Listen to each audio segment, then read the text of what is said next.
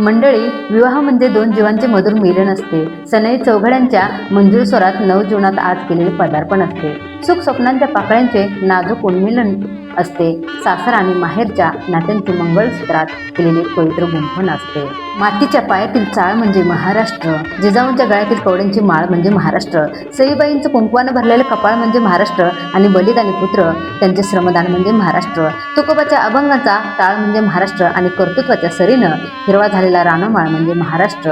रांगडे सह्याद्रीची जशी पहाडी छाती, जोश तांबड्या मातीचा टिळा जणू ललाटी. आणि अशा ह्या महाराष्ट्राच्या मातीमध्ये, सह्याद्रीच्या कुशीमध्ये, मान तालुक्यामध्ये संपन्न होणारा हा विवाह सोहळा तुम्हा सर्वांच्या, नातेवाईकांच्या, मित्रपरिवार, गावकरी, शेतकरी, कष्टकरी सर्व मान्यवरांच्या आशीर्वादाने परिपूर्ण व्हावा हीच या ठिकाणी सदिच्छा. पुन्हा एकदा मी निवेदिका विद्या तुम्हा सर्वांचे मनपूर्वक स्वागत करते. सुस्वागतम, सुस्वागतम, सुस्वागतम.